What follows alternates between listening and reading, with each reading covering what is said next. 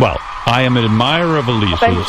Elisa has even worked for me, and the fact is that she is talented. What's it called? Kermit and Friends? Kermit and Friends. Kermit. But If Kermit. You're saying like not to frog? do... Yeah, wait. I actually have watched a few hours of Kermit and Friends.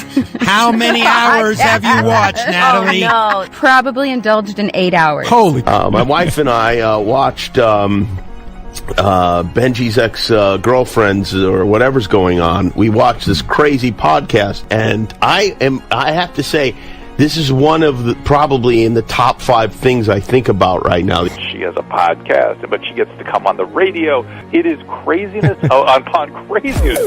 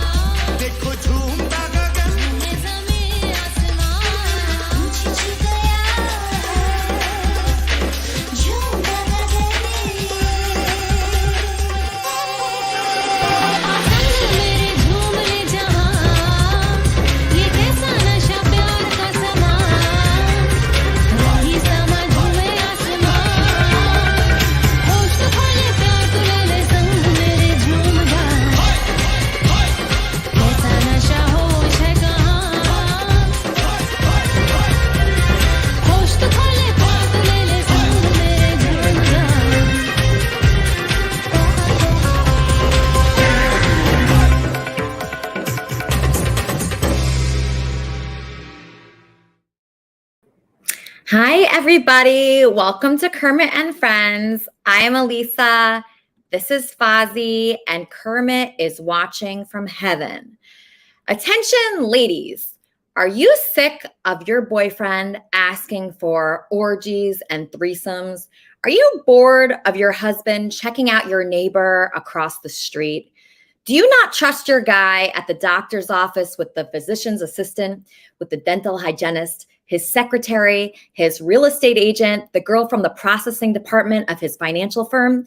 Well, cure all your problems in one fell swoop with a gay husband. Your gay husband will go shopping with you. You'll check out guys together. He follows male porn stars on Twitter. When he checks out other women, he's only commenting on the color scheme of their outfits. That is it. You can relax. Life is a beautiful dream when you can just relax at the hotel pool without your husband staring so hard at bikinis that his eyeballs roll out of his head. Oh no, that's not a problem for you anymore. He's checking out the guys. Do it together. Look at Colin Farrell online. This is a group activity now. Megan Fox, not a threat. Kim Kardashian, he follows her on Instagram for her makeup tutorials. You can have a barbecue with Angelina Jolie and take a nap inside because nothing's happening. And that is guaranteed. I believe in this theory so much, I wrote a poem about it. And here it is. My ex-boyfriend, he cheated on me. Left and right, on land and sea.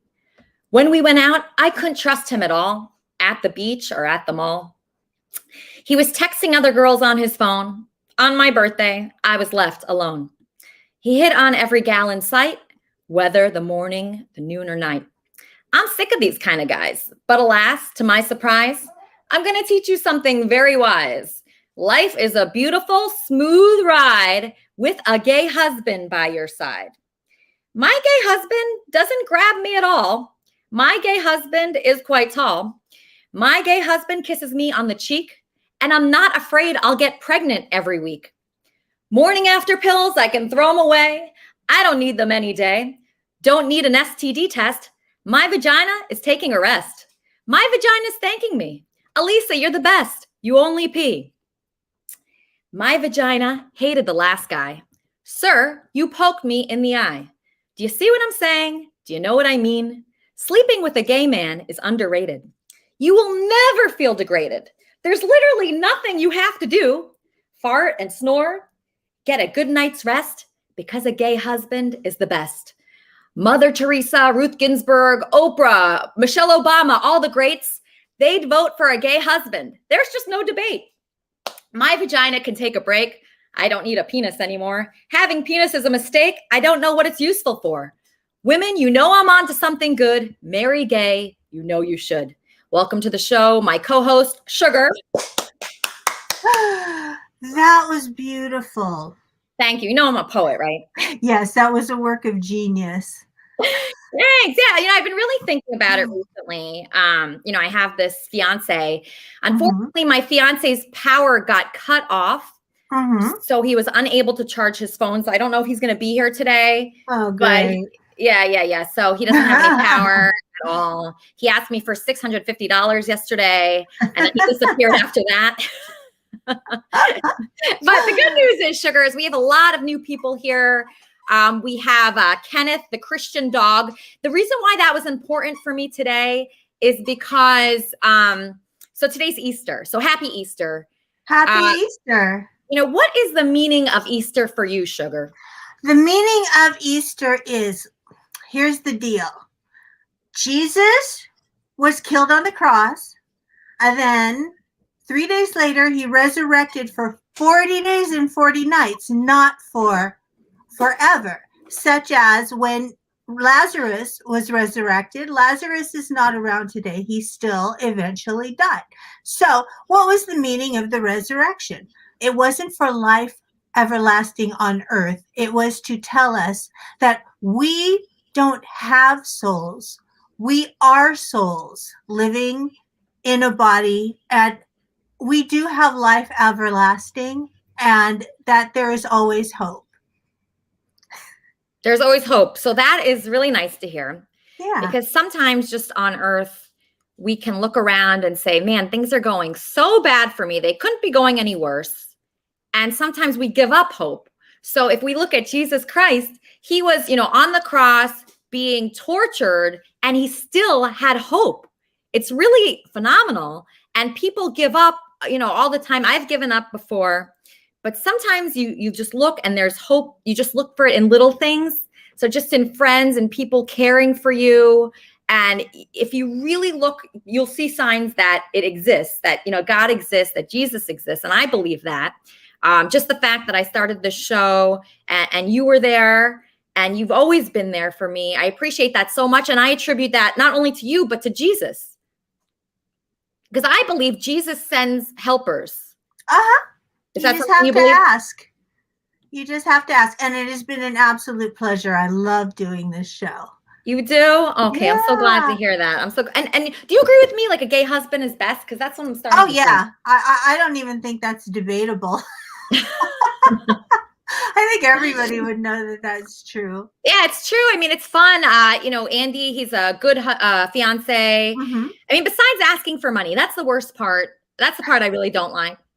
The asking for money. Are you giving him money? No, I'm not. I always say no. I don't think I should be giving. Keep asking? Because I'm the one most likely to give it, I think, out of all the people. But if you're saying no. Yeah. Well, because I pay for all his meals. So he thinks that he could just. See, there you go. If you do that, people become dependent on you. That is strictly human nature. Nobody is ever going to tell you, that's it, I've had enough, you don't have to give me anymore. Once you start giving, you just open those floodgates.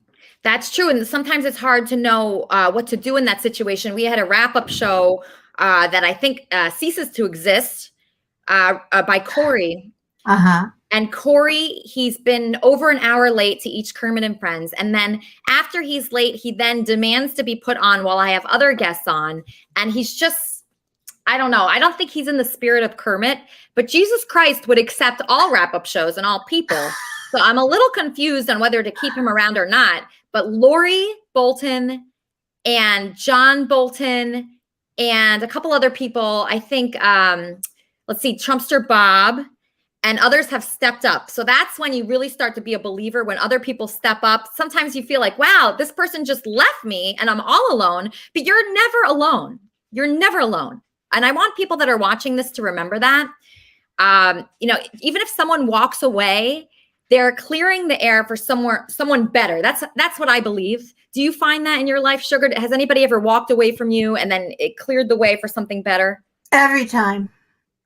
Every single time. You close a door, you open a window.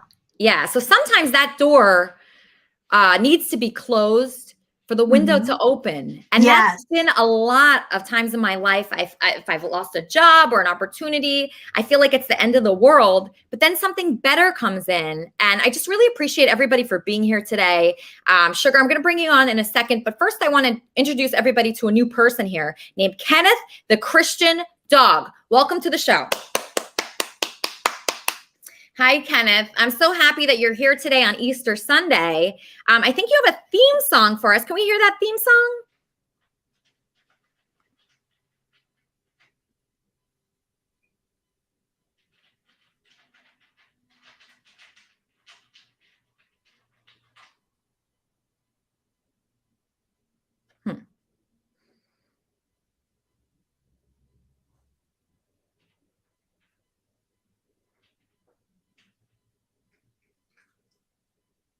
Kenneth, you're muted. You're muted, Kenneth. I can't hear anything. Oh, no. Oh, no. Oh, no.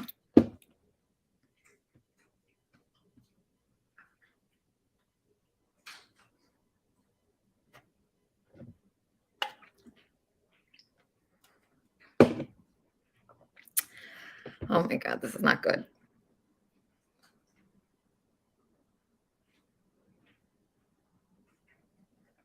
Kenneth, where'd you go? All right, maybe I'll just read some emails. Kenneth, I can't hear you, sweetheart. Can somebody from my staff help Kenneth? Because I can't hear him at all. Just while he's working on his audio, I'm going to read this email. Did I read the Saki email yet? Does anybody know?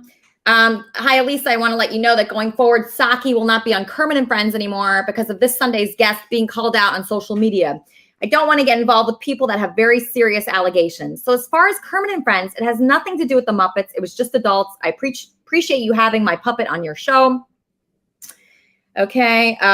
It really meant a lot, but the only thing I don't want to get involved with, and neither does Saki, in the middle of allegations or people I don't know about that are crazy. And if you wish to unfollow me, that's fine. I wish you all the best. If anybody asks, please tell them and explain to them it was my decision to discontinue being on the show because of the allegations against Onision. I don't want people to go after me on social media for being friends with people that curse or talk about their own personal lives that don't make sense to me or my puppet. So I don't want my puppet to get involved in things that don't make sense to me. Goodbye, and I thank you for allowing my puppet Saki to be on your show. If Wendy asks, the puppet still loves her. Okay, so that's a person that quit the show named Saki, a puppet, and they quit because I allowed a person named Onision on the show, okay? So in the spirit of Jesus, I would say you do not quit shows because other people on. That is something Jesus would not do. Child of God, you're muted. Can you please unmute yourself? I'd like to ask your advice on this. Child of God, welcome to Kermit and Friends. Well, thank you. I am very grateful.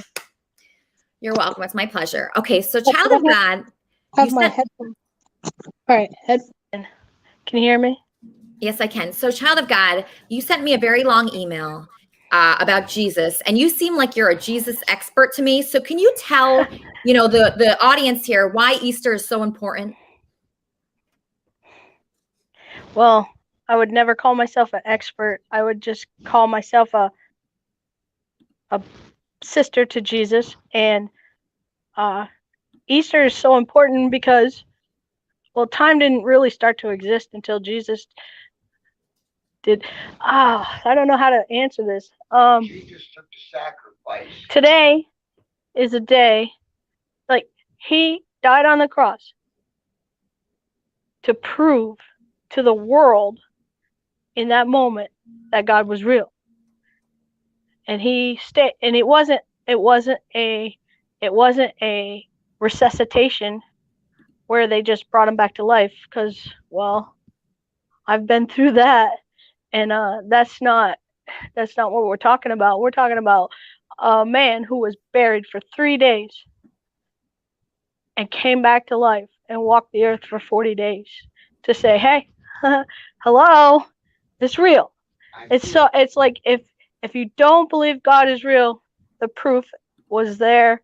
And when you start walking with Jesus, God starts showing you miracles on a daily basis to prove that it's real. And well, I just want to take this opportunity to give all the credit to God for my life and for dying for my sins, to know that I'm forgiven.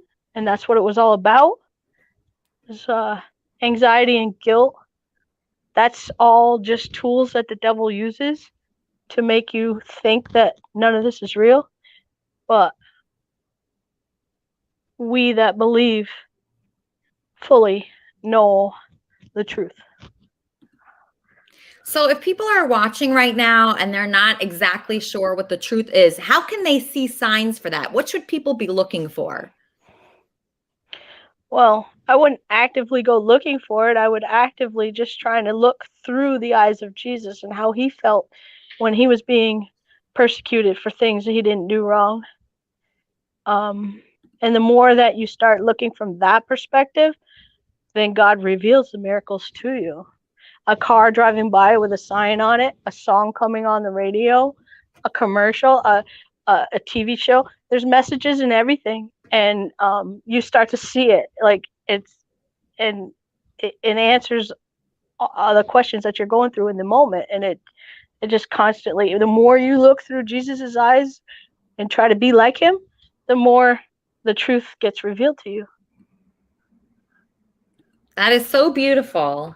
So what we should all do today and forever, in my opinion, is we try to act like Jesus. So yeah. When people, so like in my life, here's something that happens a lot. So many people wrote to me and they were angry with me for having a certain guest on the show, this guy Onision. They were really upset with me because they hate him and they call him a pedophile. And I don't think that Jesus would not want to help somebody. I think he would help everyone, and he would not look down on anyone because everybody has sinned. I have sinned. Child of God, you have sinned. Kenneth, the Christian dog, he sinned too. Okay, we've all sinned. So why is one person's sin, worse than another person's sin? And I don't think Jesus Christ looks at it like that. I don't think so. There is no one sin worse than the other. That's a man's definition. We are sinful people, and God died to forgive us for our plural sins. There is no one sin worse than the other. I mean, he took in a prostitute, or I don't know. I'm young at this. I'm a very junior child of God, so I can't quote the Bible as of yet, but I'm working on it. I just know that, like, the story of the prostitute in the Bible, like, all I know is God is love, and love heals, and everybody on this earth sins. There's only one being who was sinless, and that was Jesus. And everybody is on a journey to seek their truth.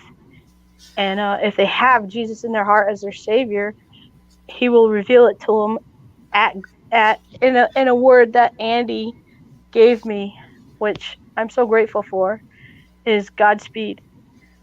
You can't go fast. You can't go too slow. You have to follow the lead of God's voice. And God's voice in your head is all the positive that comes in. If there's any negative coming in that makes you feel guilty or anxious, well, that's the devil. So it's really simple. Just follow the positive. So my anxiety comes from Satan? Well, yeah, I think I personally, and I may be wrong because, like I said, I'm junior in the journey, I think anxiety is just another name for the devil. Wow. And guilt. Guilt. Any negative label is just another name for the devil's tools that he tries to use to make you feel unworthy. But Jesus died on the cross to prove to us that God is real and you are worthy and you are forgiven and you can move forward. And moving forward in the spiritual battle can feel scary, but the Bible literally speaks about overcoming fear at the very least, 365 times, one for every day. So, wow. Oh my fear. gosh, you're such a wonderful person. And I wonder if you could help me with this other guest that I have, Eric Riggs. Hi. Eric. Hi. Hi. Okay, so you're here to teach us the meaning of Passover alongside Barry Boss. Well, so I have both of you here to explain that. Eric, what are your thoughts on Passover? Oh, it's just so great to hear your voice and to see you. It's good to see you too, Barry. You know, it feels like it's been so like a lifetime since we started out on this journey. My thoughts on Passover are, the Exodus from Egypt. It's an amazing thing. I had a couple Passover Seders with an older couple, my friends Lee and Nahama. They're an older Jewish couple. They're like in their 70s. And just, singing songs with them. You got to get the matzah. You eat the matzah with the bitter herbs. Then you make a little sandwich of matzah. And at the end, you sing this song. It's kind of like who ate the fly, who ate the horse. She lives in the shoe. I guess she'll die. And I don't know if you've ever heard that one, that nursery rhyme. He ate the dog, that ate the cat. It's not proper. It's not proper. It's not the proper meaning. Yeah, but it's not the proper meaning. So they sing this song at the end where it's like, this. No, it's Hava Nagila is usually what Jews sing. Hava Nagila, Hava Nagila, Hava Nagila. Hey.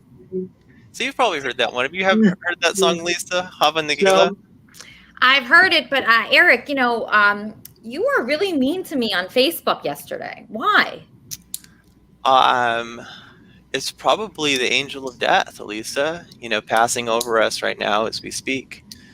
At the end of the Seder, you sing the song and it goes through it. And at the end, it's like the butcher slays the cow, and then the angel of death comes and slays the butcher, and then the Lord God comes and slays the angel of death. Right. Yeah. And I can't even imagine what it must have been like in Egypt to wake up one day, you put lamb's blood on your door, and all of the firstborn of the Egyptian children are dead. All of them, But I guess it's kind of like an enigma of stress and anxiety. I think I was just really stressed out the other day. Okay, so now you feel better about everything? I think I feel a lot better, yeah. Okay, so you want to introduce the next video? No. You don't want to introduce it? No, I don't really want to do anything like that. It sounds kind of stressful. Okay, so just relax. I just want you to relax right now, okay? Just relax and just say, this next video. No, I don't want to do that.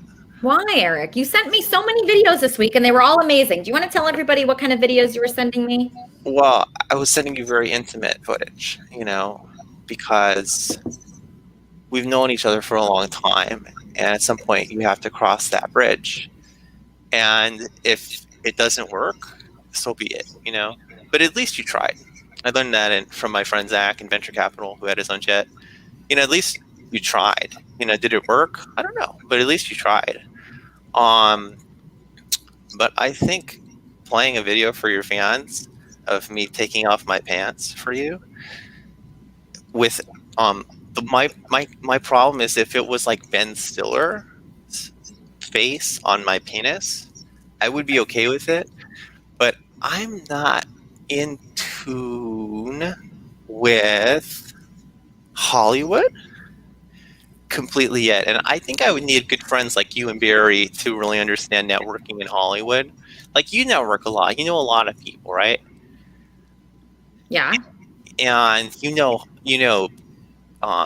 like you could be on the Stern Show right now in a heartbeat, playing for 30 million people. But I don't know how I would feel about that. It sounds kind of stressful. So a lot of people want to see this video of you, Eric. Let's see what the audience says. Let's ask each person. Sugar, how do you feel about watching a video with Eric and no pants? I want to see it. Eric, please let us see it. Of me without my pants, but the problem is that we have like a face of somebody who, we know I don't get along with, for reasons that are like it just doesn't make sense to me. When you can't make sense out of something, you go like, let me beat my head against this wall. I still can't make sense out of this. Well, if we were trying to make sense out of things, this would be a whole different show. Yeah, I suppose that's why we trust in Jesus, right? Jesus will make sense out of it eventually. Are you okay with us playing the video? I don't want trauma. I don't want people like coming away from being hurt. No, I think it's probably okay. Like if Elisa is getting into seeing me naked, Awesome. Okay, so now this is a video of the wonderful Eric, the best guy, one of the best guys I've ever met in my life. This is the types of emails that he sends me. Obviously, it had to be kind of edited just for religious purposes. And here it is. This is Eric in one of his videos. We're going to have a sexy video of the week, and this is the one for this week.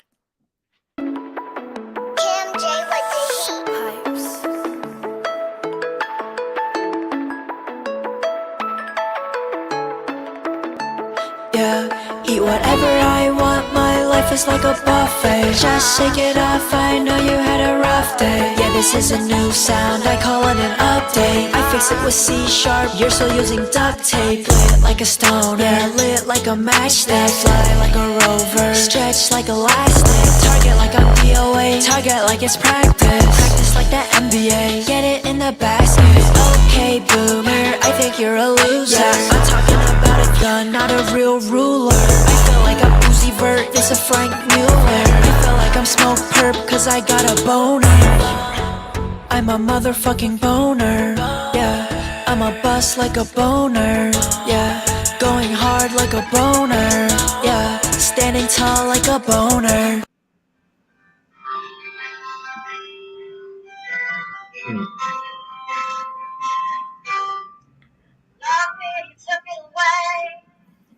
I'm not afraid to fall. I don't want to make a mistake. Yeah. But my heart is to break me. My heart is to break me. It's interesting because I can feel it on the top too. I'm so depressed. I lost in my life. So I want it back. Some of my happiness. And that's why I turn to Kermit and friends. Every time I go on the air, I feel like I'm standing there. And when I'm there, the octopus, I sound like you, just like us. Right. And that's why I have a problem letting go. Whoa. What we saw this last couple of years has put a spotlight on a problem that we're mature enough to address in a responsible way. Okay. And I noticed she doesn't have anything in her vagina or in her butt. One of the things that I feel responsible for in June 2018 when I launched my campaign. But we don't know what happened the night before, right? And having a partner who can also help kind of account for the ebbs and flows, right? Highs and lows. We like the highs and lows.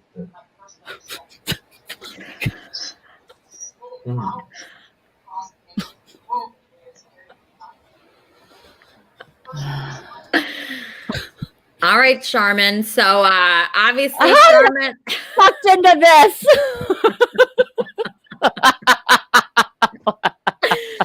So Charmin, you came on Kermit and Friends very innocently, and look where you ended up.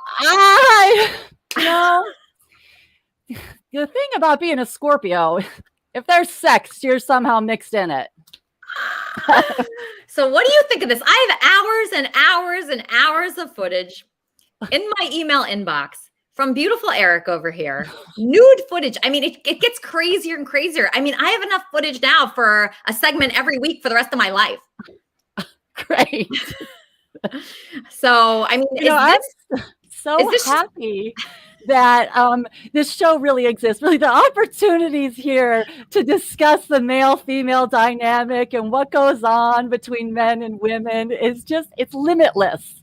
Like, it's just, there's so many opportunities. You know, I love the theme that every time a door closes, a window opens, and it's your responsibility to learn how not to lose your shit in the hallway. It's a good one right here. It's a very good one. Oh, Charmin, here's another thing. I have another clip featuring you. Okay, this time. Oh, great. Oh, good. Oh, my goodness. This time it's from Trumpster Bob. Oh, yeah. Trumpster Bob brought some stuff up in the Discord chat this week. I love what you just said, Charmin, that it's really a limitless male-female dynamic, really. Right. I here. mean, this is a great opportunity for us to, have a dynamic conversation. Yes. Yeah. I agree. So what are your thoughts? The doors are wide open. You just blow the walls off while we're at it. Well, Eric, he brings up some good things. You know, his videos that he sends me, they're just, I mean, there's a lot of editing that needs to be done to his videos, or else we couldn't play them. Right. So that takes a lot of time. I want to shout out Leaf King, Gaia Paya, Tyler Scott for editing these videos of Eric that are mostly nude. So I just really appreciate. Oh, I'm getting a call. Just 1 second, Charmin. Kermit and Friends, how can I help you? Oh, I was calling to say that my phone is about to die because I don't have electricity. No, you don't have electricity, Andy? Why? I don't know. That doesn't sound good. I think the neighbors got mad because we were being loud. So they cut your electricity. So how are you going to be on Kermit and Friends? How are you going to be on Kermit and Friends, Andy? I can't. You can't be on Kermit and Friends?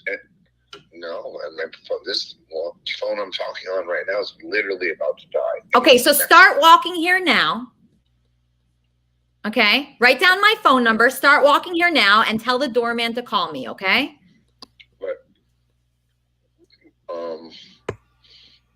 aren't you doing Kermit and Friends right now? I'm doing Kermit and Friends, but by the time you get here, Kermit and Friends will be over, and then we can go out for Easter dinner.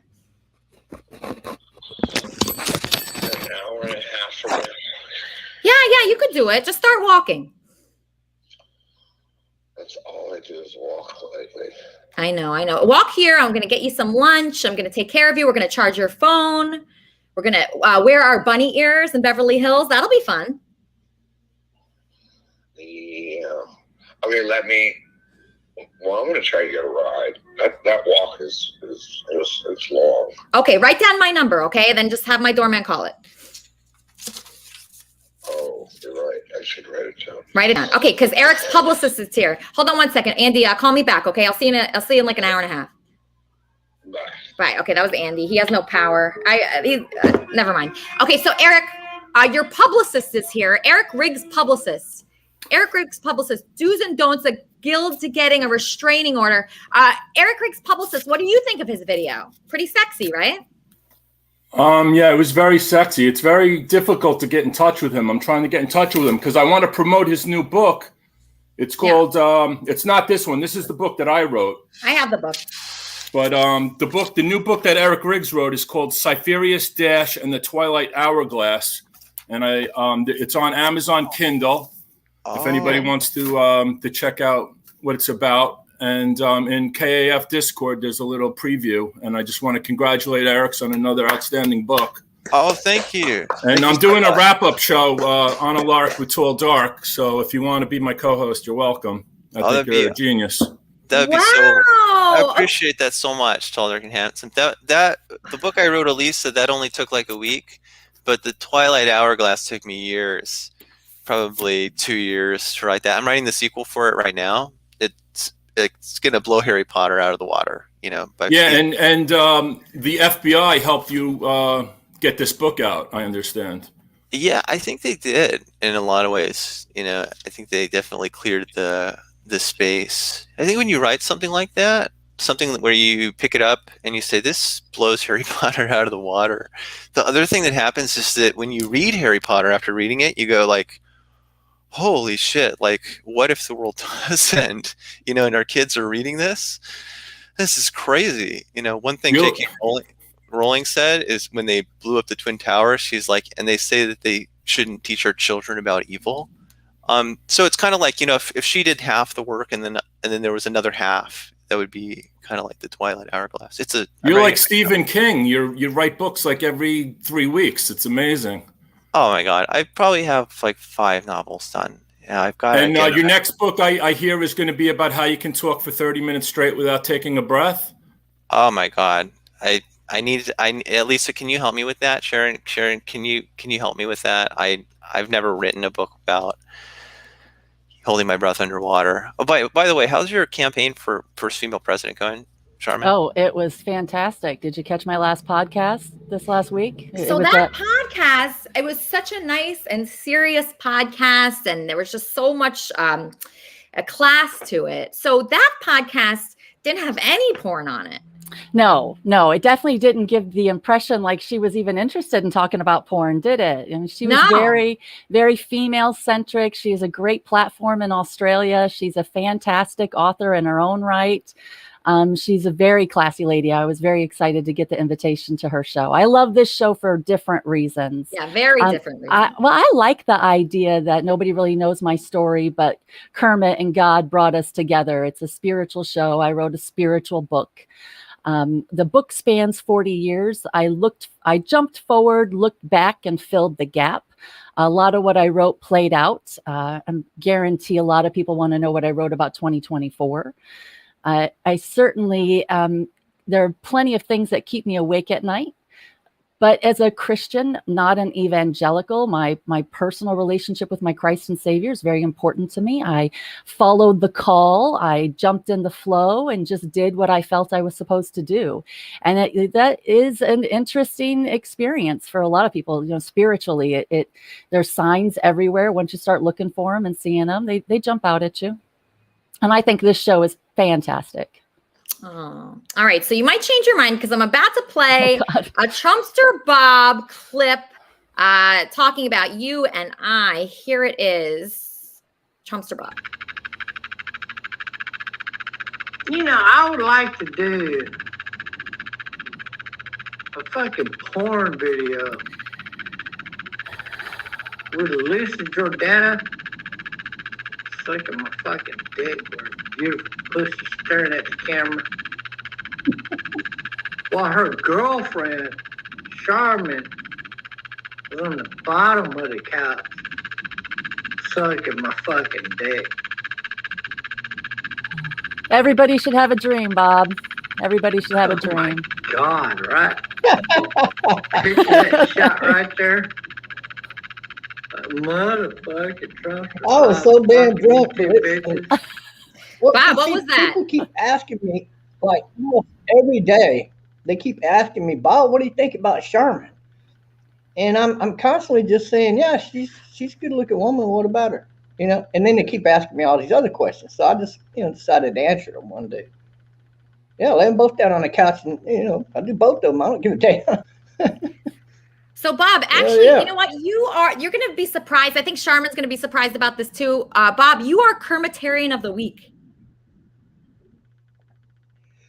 How'd I do that? Okay, I'll show you. So Bob was voted Kermitarian of the Week because of this video. Bob is Kermitarian of the Week. Everybody give him your respect. This is why. No.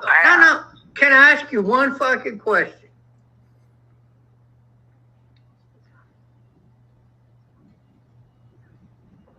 Got the floor. I got the floor. Thank you. My one question to you, Rob, is this. Why can we not have a channel that brings everybody from every fucking side of the field together into one fucking show together and fucking get along?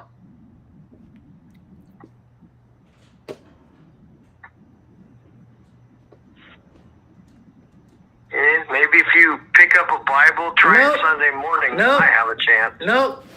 This is that fucking show. It's the only fucking show like it on the fucking internet. Where Harry Brogan and Mark Cruz could both be fans of this fucking show, be part of the show, and they fucking hate each other. But while they're on this show, they're either gonna hate each other or get along.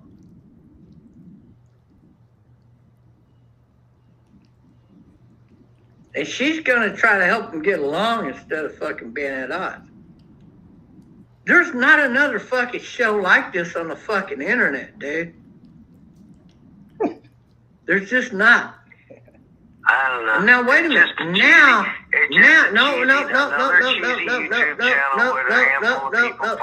Shut up. Now you understand why I support Kermit Friends. Because I'm against the hate. And I think everybody who's against the hate should be a Kermitarian. Because that is what Kermit and Friends is all about. A puppy's undoing love to his fucking owner. A little short little fucking schnoozy fucking dog or whatever the fuck you call him. Never owned a little dog like that, but it's their undying loyalty to their fucking owner.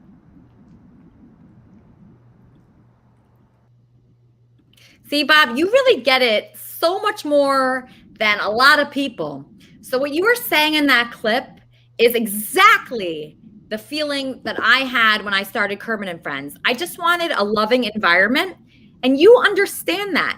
You stood up for me when people were coming down on me for the Onision interview and saying that that guy was bad. Why do you give that guy a platform? You shouldn't ask him any nice questions. Go get him. That is not the spirit of Kermit and Friends. I would never do that. I would never invite someone on my show just to beat them up and put them down and make them feel horrible about themselves. He's had that enough. That guy Onision has had that enough. Right. And you understand that. And that's exactly why you are Kermitarian of the Week. So everybody, just give Bob your respect. Bob is doing a wrap-up show, taking over for Corey, okay? And you're doing it with Lori Bolton. So let's get Lori on here, your co-host. Lori Bolton stepped up. These people, I want to say something about these two people, T-Bob and Lori. They stepped up. This is the kind of person you want to be in life. You don't want to be a detractor. You want to be somebody that celebrates and wants to be part of something. So if you're spending a lot of time talking badly about a show, or like I got some tweets from people saying, oh, I'm not going to be watching this show. It's like, never tweet that about any show. Never be negative like that. Step up, do your makeup, look beautiful, and be on Kermit and Friends and have a wrap-up show. Right, Lori? Right. So Lori knows what she's talking about. In fact, she's sending T-Bob some Muslim information, right? Do you think that T-Bob would be better off as a Muslim? He was talking about in the Discord about wanting to do like a Bible study, and he wanted to buy a Quran, like an English translation of the Quran, and a new Bible. And I told him he doesn't need to go out and buy one because you can just get one online for free. In fact, I have several laying around that I would like to give him one. He just needs to send me his address. I already have it packaged up and everything. That is so generous of you, Lori. That is the spirit that I'm looking for. People don't seem to get it. Not you guys. You guys get it, and the people here get it. But there's some other people that just have it all wrong. To invite somebody on your show to troll them and to make them feel horrible about themselves, that is not what this is. This is sharing, right? Lori forgave T-Bob for the things that he said about being a Muslim, right? So originally, T-Bob was against being Muslim, but now he's open-minded to it, and that is like, wow, I could quit Kermit and Friends right now just knowing that. Yeah, we had a very wholesome interaction on Discord. Well, I don't actually plan to become a Muslim. I do have a message about Muslims that not all Muslims are bad Muslims, just like all Americans aren't bad Americans. And people should think about that. But what I want to do is a Bible study where we study Christian Bible and the Quran at the same time. Okay. I mean, if Lori's fine with that, I'd be happy because it's just about sharing, right? I think that you guys are probably more similar than you think. You and Lori, I think you're both good people. You both step up. You're both professional. Really good. Okay, good. All right, so you guys are both excited about it, and what, Bob? I said, no, I see that with Lori also, that she is very professional in the way she acts, her demeanor, you know, and things of that nature. And I also want to say, I have been known to go after my show, but what people didn't get was when I go after people like that, it's not always to bring them down. You know, like this one guy, I don't want to mention his name on here, Mark Cruz, aka Mark Connors. He's a real bad guy. He did something bad with an underage female and got convicted of it. But he doesn't have to be on any sex offenders list or anything like that. Now, I would have never said anything to this guy about anything, except for he kept getting jobs or starting up like a karate studio or whatever.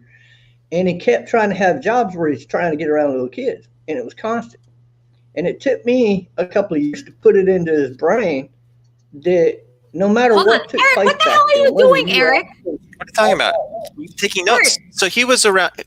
So what are we talking about? What are we talking Eric, about? I saw what you just did, Eric. That was not good. Why did you do that? What? I wanted to make your day. It's Easter Sunday, right? It's You're the last day flashing of. me backstage. You're flashing me backstage. You're flashing me backstage. That is not good. Do not do that. Do not do that. Why'd you do that? What are you talking about? You know what I'm talking about, Eric. Well, it's the last day of Easter.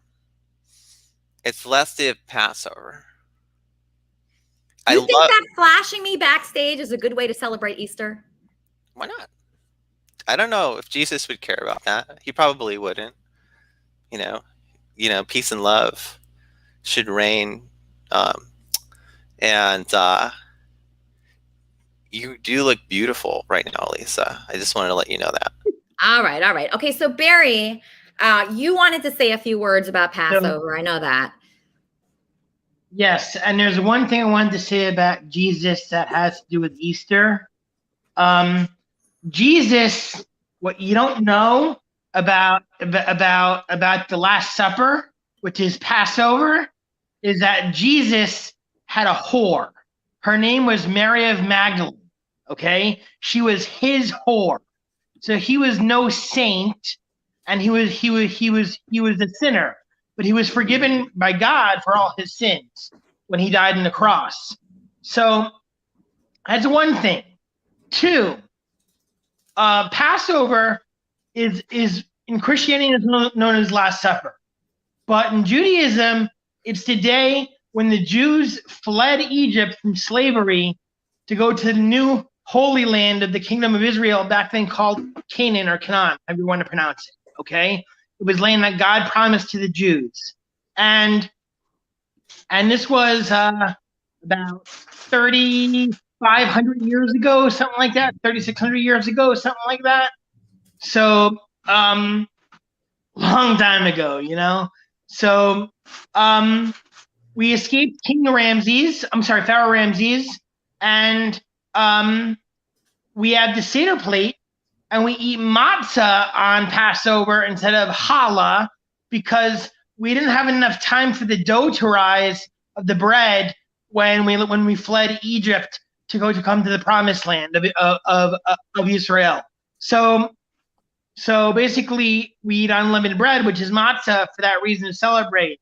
Now, the sandwich that Eric was referring to is in the middle of it. It's called what's called haroset, which is a mixture of apples, brown sugar, and there's nuts and some other things. It's really good haroset. You had it as a child, at least I know, because your father's Jewish, you know. So I know you had it as a child. So you probably celebrated both holidays growing up.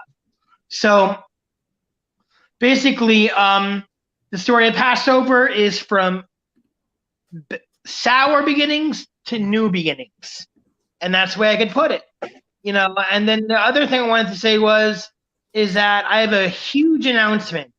So I was going to save this for the Sunday before, for the 16th of May, but I'll say it now. I'm getting ready to go on CBS worldwide, all over TV on the Donna Drake Show, which is in New York City. I'm going to be doing an appearance on May 17th.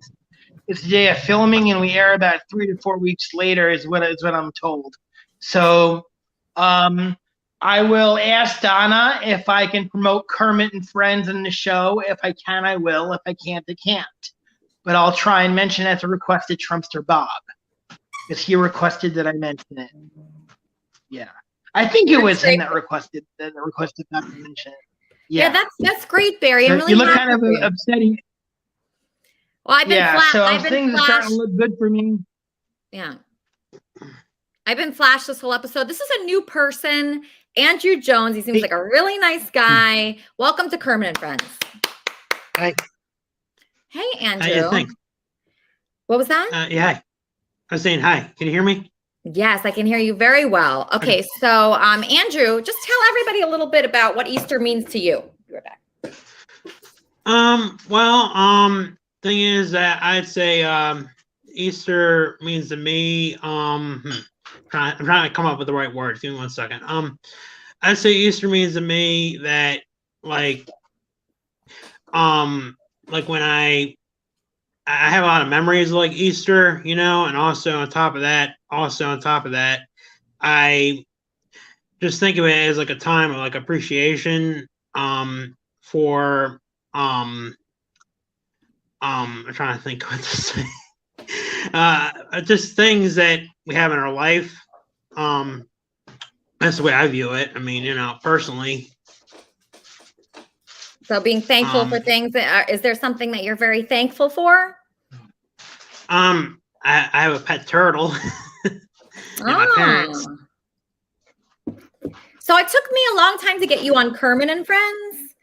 Yeah, that's because I was just going to explain that. I was saying is that it was alright with you. I'm saying is that reason was because number one, I didn't know what it was about totally. Like I couldn't totally understand what it was about, so I didn't want to get myself involved in something that I didn't quite know what I was doing. You know what I'm saying? Like I didn't know what I was doing, and also on top of that, I just met you, and so I didn't know like anything. I just didn't know anything about what was going on. You know.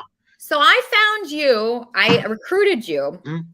I found you on like the dating section of Facebook, right? Is that how I originally got you? Philippines dating group. Yeah, I think it was. Yeah. Or so I like found you on a Philippines dating group on Facebook. So if people don't know, you can actually find people to date through Facebook, and it's pretty cool because you can like see what their mutual friends. If you have any mutual friends, you can see their pictures, and it's just way better than a traditional dating site, in my opinion. So I found you on there, looking for a date in the Philippines, and you know, how is it going? Because that was a while ago. How has your dating life been since then?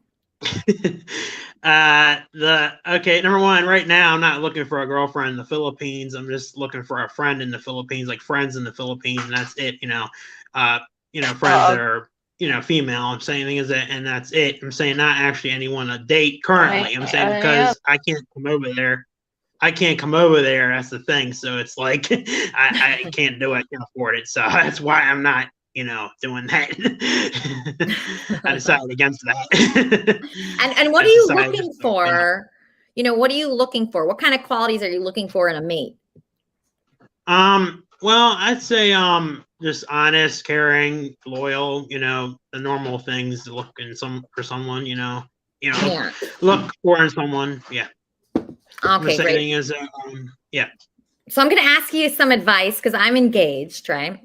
And I'm going to show you just a little bit about just some video footage of kind of what I've been going through in my engagement, because it's just not easy, Andrew. Mm-hmm. Being engaged is not easy. And here's a little bit of what you can expect if you get engaged. No, I'm telling you right now, I don't. Dude, bitch, you gotta I didn't realize what a fucking cunt you are. Horrible person. Horrible. Because you are. You're just such a fucking horrible, weird person. Oh, fuck no. Are you kidding me? And you're just a fucking retard. Don't call me either. Don't call me. Don't go on my accounts. And don't post shit. Don't call me anymore. and I need at least 6 months break from even being your friend. After 6 months, maybe we can talk about being friends again, but you didn't have to. That's not going to even happen. You're so dumb. And really, I thought you were smart. I was telling people you were smart, but you're just like a weird Dumbo. I don't know why. Probably your parents fucked you up. Why are you a weird Dumbo? Figure that out yourself. Your parents fucked you up. Like you're fucking weird, psychopath, sociopath, Dumbo, bitch, lying cunt. I don't care. You're so dumb. You can pay me.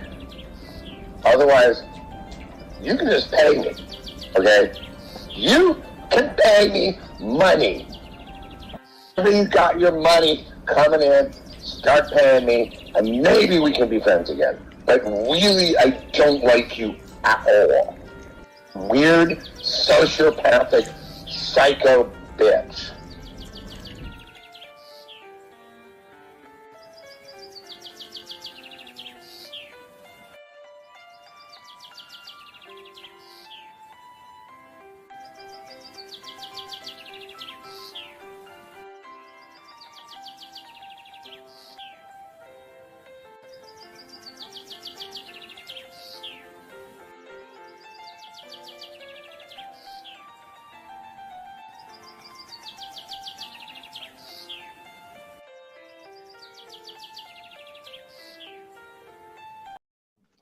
So that's what I'm going through right now. And, I'm just going through so much. The dog, the Kenneth, the Christian dog just quit the show.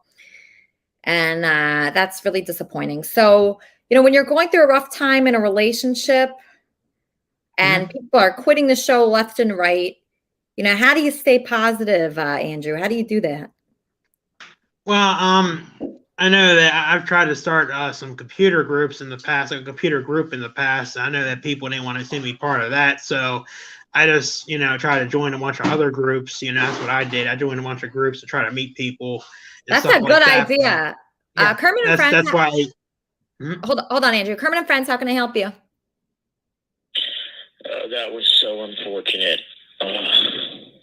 What? So unfortunate. What was unfortunate?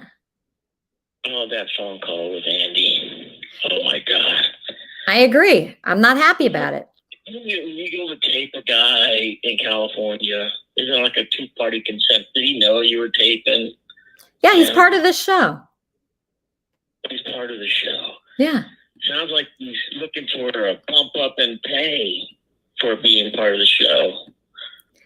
Listen. The engagement is off, isn't it? No, it's not off. It's on. He's walking here right now. It's just going to take him like 2 to 3 hours. Yeah. 2 to 3 hours. You're going to do a 2 to 3 hour show today. No, I'm doing an hour show, and then I'm taking Andy to lunch. What's your problem? Why are you so salty? Take him to lunch. That sounds horrible. That's so unfortunate.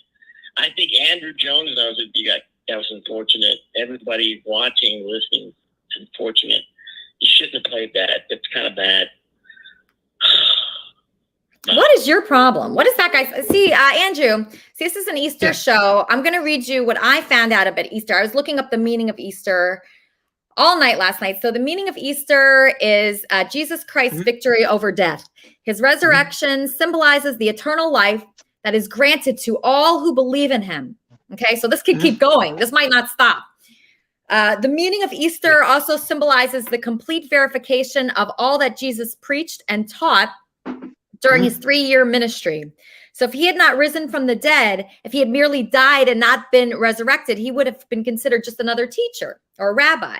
However, his resurrection changed all that and gave final proof that he was really the Son of God, right? So we can all be like this. We can all be like this. So no matter what, see, I got that phone call. People would look at that as a negative phone call, right? They really would.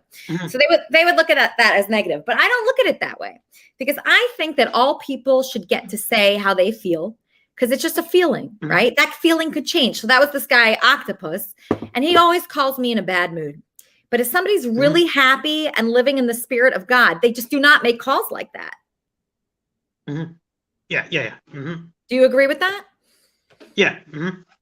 Okay. So I want to get you integrated more in the community. So let's get people to find out about you. Let's see if you're open to questions. Let's get this guy Nihilist. Nihilist, are you there, buddy? He's not there. Okay. Let's get Eric Riggs, publicist. This is a very nice guy. So Eric Riggs, publicist. Hey. This is Andrew Jones. He's a new person here. He's a really nice guy. What's your question for him?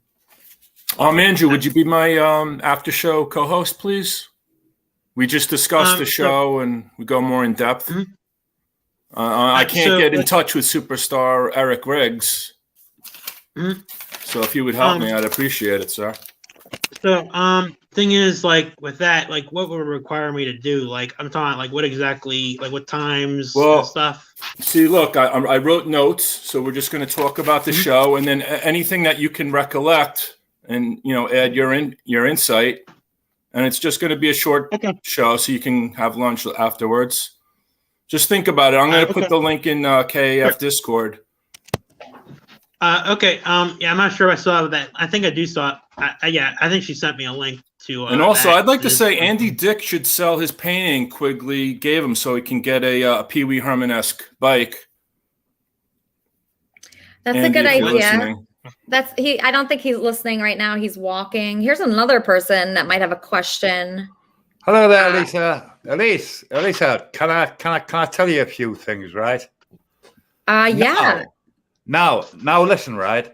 I was over at the Kermit show, and I'm typing away on YouTube. Nobody's taking any notice. I'm typing nice things into the Kermit show over on YouTube. Now, Elise, right? I don't know you very well. I've just come to get to know you watching your videos, and I think you do a great show, by the way. But listen, concentrate on one show, please, because people over the Kermit show who you ignore, me, when I've been in chat, get irritated, and we don't know where you really are, you see? So this is why you've got to concentrate on just this show and put all your energy into here instead of doing it on maybe the other show. But I get why you're doing it on the other show, because of Kermit the dog, which was a lovely dog. And there you go. But it's nice to meet you there, Kermit. You're a lovely girl, and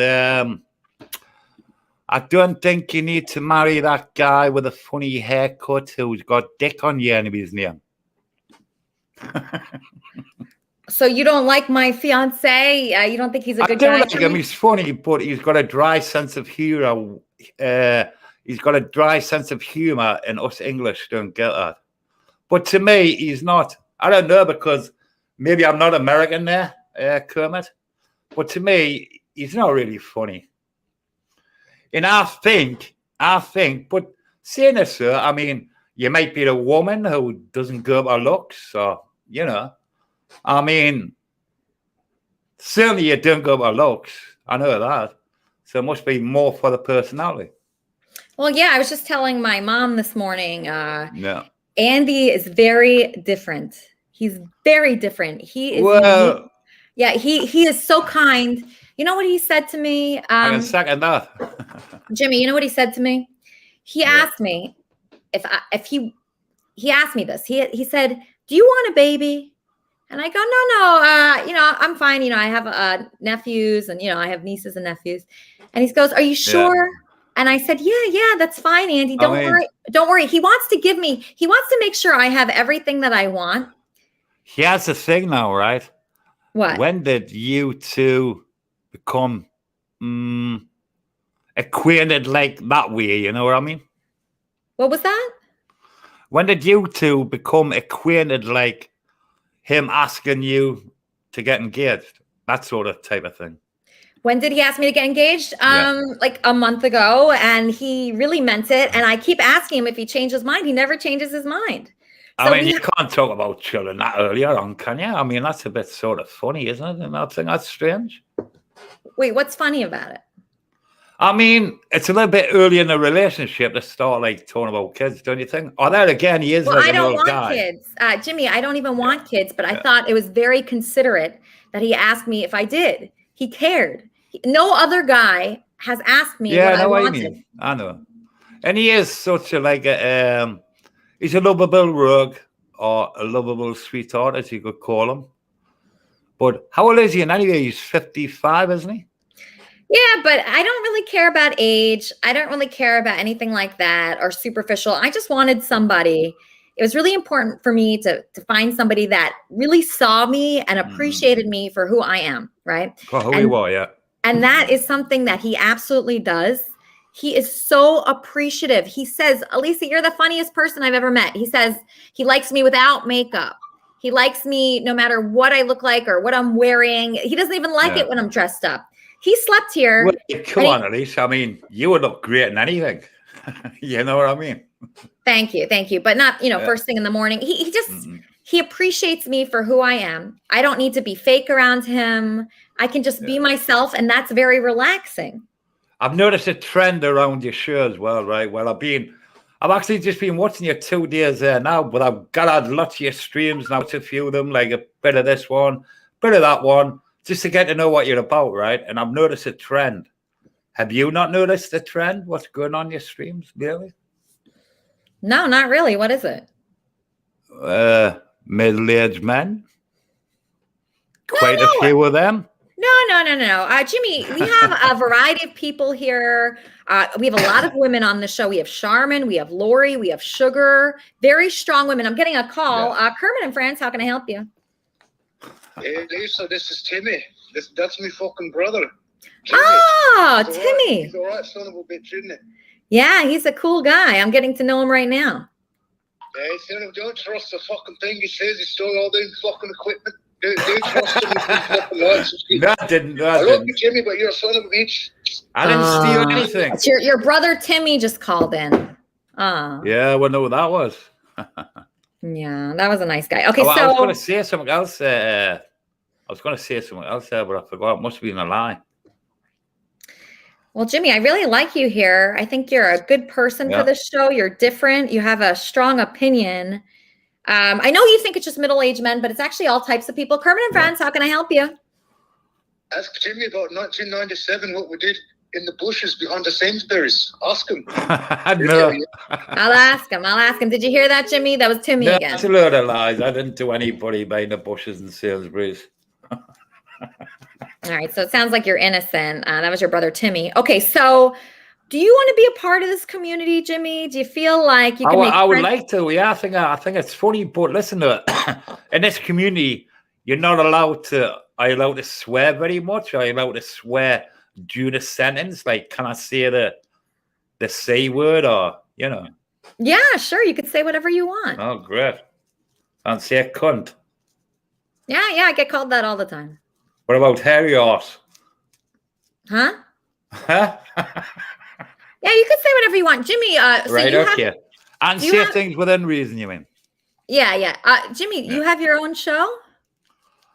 I don't know. I do, yes. The Jimmy Rizzo Show? And what do you do on that show? Well, I'm actually live now with you. Oh, you're But I'm only live with you because I was doing my show. But before that, I wasn't doing a show. I was trying to talk to you in the YouTube channel where you were not. And I got to tell you what over this channel. So it took us a while to do that. And anyway, so I started my show. Then when I was in my show, I kept going back to your show. I found out how to get back on your stream. And I thought, well, I won't end my show. I'll keep it good with you in it. Oh, okay, so you're like simulcasting Kermit and Friends? Well, sort of, make sure this way. Not make sure because this shirt is my shirt, if you know what I mean. Yeah, I actually like when people do that. So if anybody wants to do that, if you want to simulcast Kermit and Friends on your channel, I'm actually fine with that. And anybody that wants to do a wrap-up show, what I want people to take away from the show today is this, right? So I want people to understand that Kermit and Friends is not what you think. Bob was right when he said it's a place that's for everyone to get along. Like, for instance, Thing One here. Thing One understands that Kermit and Friends is a place to get along. It's a place for people to make friends from all over the world. As you see, we have Jimmy Rizzo here. Exactly. I mean, Jimmy Rizzo, is not from this country, obviously, right? Jimmy, where are you from? Yeah, I'm from, I would say about 156 miles south of Scotland. So I'm pretty near Scotland. Okay, so he's near Scotland. So look at this. Yeah. We have thing one here on with somebody from Scotland, and I'm in Beverly Hills. How awesome is that? That we can make friends from all over the world, and we all have the same purpose, which is just making friends and putting good energy into the world. That's all it is. That's all it is. So exactly. Thing one has been kind enough to offer his services as a wrap-up show co-host to Bob. Is that right, Thing one? No. I can't do that. I feel bad. I mean, I'm one of the people that was torpedoing, but I thought I was doing the right thing. And it was under Bob's direction that I was told I was doing the right thing, that you needed or you wanted negative attention. And then I did it, and I can't live with myself. Wait, Bob, T-Bob, Trumpster Bob said I wanted some kind of negative attention? Yeah. He said it was part of show business. I'm just learning how to work my mic and my computer. I'm a newbie at all of this. But it's been a while ago. He's went through a lot of changes since this. And then now I'm confused because he told me to make negative attention, be on his show. That's what you wanted. And then he turns around and he's being just the opposite. Look at the look on your face, Bob. I mean, I can't sleep at night, brother. Bob. Rob. I went to church today. You understand what Well, explain it to me again then. Explain me again. Tell me again, because I feel bad. I really do. I was talking about how it appeared to me. I mean, she's in a relationship with Andy.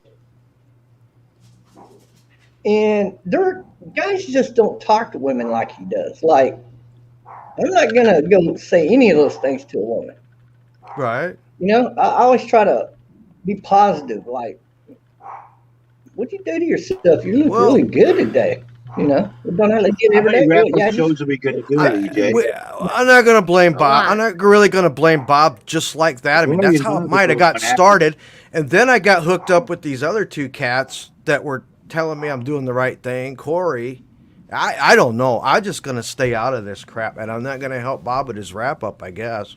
Because I don't know. Corey, that's bad news. Just stay away from Corey. I don't know right from wrong here. A happy Easter, Elisa. Happy Easter, Thing one. Yeah, I did the picture. I mean, I did the picture today, and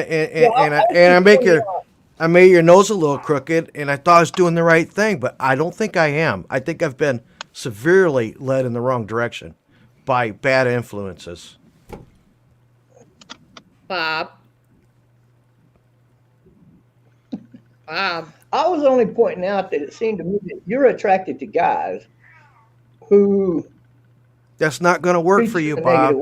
That's not going to work for you. You know you led me that direction, and then you turned around, and you're Mr. Nice Guy today, and you're leaving me out here to be your bad guy for your show. I feel used. I feel real hard and put away wet. All of that. That's how I feel. I feel bad for you. Nothing to do with interpretation. I wanted to help you so bad. I wanted to help you with this show. And come out with a great product. I wanted to help you create a great product that Elisa, would put you on every week and just guarantee your spot and more time for you, rather than your two little questions. You want to come? But I'm wrong. Show the crooked nose. I'm sure everybody. I did that. No, see, that's the thing. This is where I'm getting at. You're leading me these directions. I'm doing it, and then here I am holding the bag. Well, you do this after show, praising her, and nobody knows why I'm doing what I'm doing. I'm just torpedoing her. It's not funny. It really isn't. I went to church. I feel bad. I don't know why you're torpedoing her though. That I don't understand. Well, okay. Well, I said my piece. I'm sorry, Elisa. That's okay. Oh, no. I thought that was very my bad. That's okay. Just, Bob, we don't really want any more negative attention, right? We want to spread positivity here. No. And if thing one wants to be involved, then we want him involved in a positive way. Yeah, he's a great co-host kind of guy. Yeah, he's good. He's good. All right. So none of those things that you said were real. Thing one. Oh no! I thought it was show business, and that there is no such thing. Somebody else, not Bob, but somebody else told me there's no such thing as bad attention. That negative attention is a built or promotion or whatever. So hey, that's why I did what I did. I made your nose crooked, and I'm very sorry because it hurt me to do that. You didn't even look at your picture today. I want to see the picture. It's on Discord. I saw it. Okay, so if Can anybody you make wants it longer? to see, It's not Bigger? funny. It really, Like a clown nose? Bob, why are you doing this? Why are you doing this? Why are you telling this nice thing one guy to do all these mean things about me? Why are you saying that to him? You're Kermitarian of the week, Bob. Well, he can do that to my nose if he wants to. I think those things are funny. Okay. All right. So what's coming up on your But I wrap-up didn't show? tell him to go make a crooked nose. Huh? What's coming up on your wrap-up show? What are you guys going to discuss? Are you going to discuss the new people like Andrew? And this guy's new. This is a local guy, Jay Nihilus. Jay Nihilus, is your internet good this week, sweetheart? It was doing well, and then a bunch of people called me in the middle of your stream, and then there's a lot of people trying to get in, but it looks like it's back on, so I think we're doing okay. Great. So I'd love to have you involved. So basically, I'll just explain this to you since you're a new person. Okay, so if you're a new person, like this guy Jay or thing one, so what we're trying to do here is pretty simple. Like I look at it simply. So, all right, in the spirit of Easter, in the spirit of Jesus, right?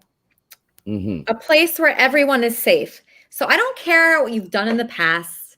I don't care what people accuse you of doing or mistakes that you've made, right? If you have love in your heart and you want to share with the world, I'll allow you to come on the show and share who you are, because everybody deserves to have a platform and everybody deserves love. And it shouldn't matter, what you look like, what you've done, what you do for a living, how much money you have, or, whether you're popular or not. I think we've all experienced being popular sometimes and unpopular other times. We've all experienced hardship. And because of that, I want this to be a place where it's open for everyone. Okay. So this guy, Bob, told thing one, even though Bob's Kermitarian of the week, even though he still understands the spirit of it. He really understands that right now we're here for other people. We're here to connect with people. It's a community here. There are several wrap-up shows.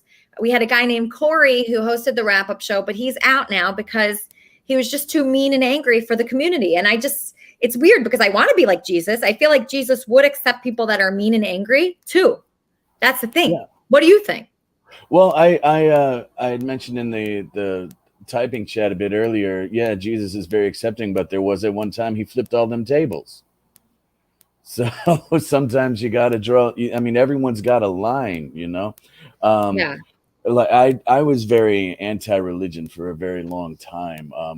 I've sort of coined a term for my own religion right now. I call it Gunyal Buddhism, which is, I think, everyone should be treated fairly and with respect and kindness after like 5 billion people die. And hopefully in horrific and deplorable ways in public for our entertainment. Like the Guignol plays from France. They start off as kid shows and they grow into adult shows. It's like where horror movies come from. It's that kind of thing. So there's always a spot where you have to say, or even to make it more base, Roadhouse, the Patrick Swayze movie. Be nice. Be nice until it is time to not be nice. Yeah, I mean, I've been confused before because there's been people that upset me so much. So I'm just like, you're out of my life. I don't want you in my life anymore. But then I think, okay, Jesus would not do that. I don't think. Jesus would try to help people. But it's like, how do you help people that are mean? Everybody can be reached, I think, in a way. Sometimes when people are mean, that's their means of connection. So you just have to be mean in kind, but in like a connecting way. Like my mom is a typical Chicago mom where she can't say something nice about me, but she'll brag about me through insults, where she'll point out a flyer or something and show all her coworkers, look what my son does. He does throw up jokes and vomit movies. So she's bragging, but it sounds like she's complaining. And it's very similar where if someone's mean, maybe you have to combat their meanness with an equal mean demeanor while getting your point across. Well, I'm sorry that you had to go through that with your mom. Are you a comedian? No, that's how she is. Are you a comedian, or what is your what are your throw up jokes? I tell a lot of throw up jokes. I'm like a 13-year-old man child. I love gross things like chocolate covered bugs and whatever. My theory on chocolate covered bugs is my same as my theory on transsexuals. I'm not going to ask any questions. Don't tell me about it. If it smells good, I'm probably going to eat it. You get it? Well, Right. I understand why I met you through Andy Dick's Twitter now. I kind of understand that. That sounds like something he would enjoy. Yeah. Yeah. I like to think that I'm a philosopher of sorts. Okay, so T-Bob has 2 questions for me. Let's get those questions. T-Bob, what are your questions for me, sweetheart? Oh, I'm supposed to have questions for you this week? Yeah, you have 2 questions. What are your 2 questions? So I get to ask you 2 questions. The number one thing I hear about you so much is that, well, you know, you're super good-looking woman, no doubt about that. But along with that, everybody's always speculating about everything.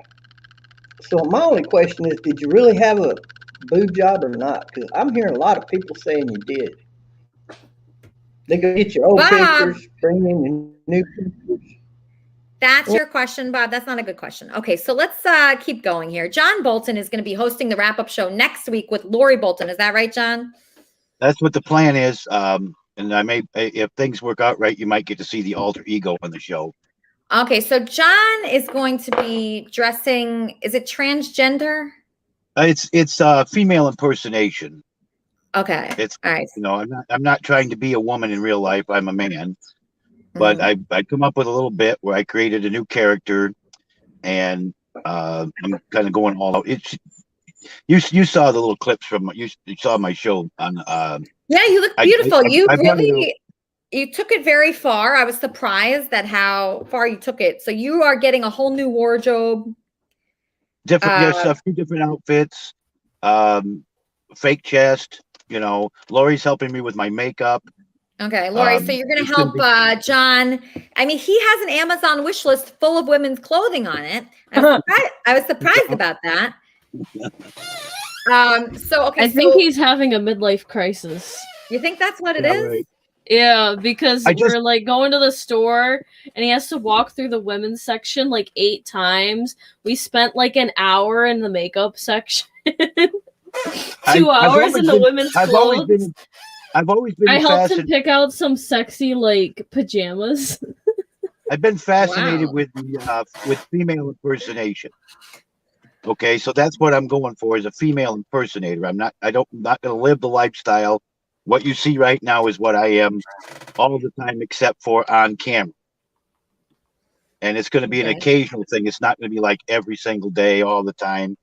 It's going to be days when I have time to actually prepare, because I never realized just how much work it is to kind of look that way until I decided, okay, you know, I'm just going to do it. I'm going to throw all, throw it all to the wind and just say, you know what, let's just do it, see what it looks like, come up with something that looks really good. It's going to be semi-sexual, slutty type looking.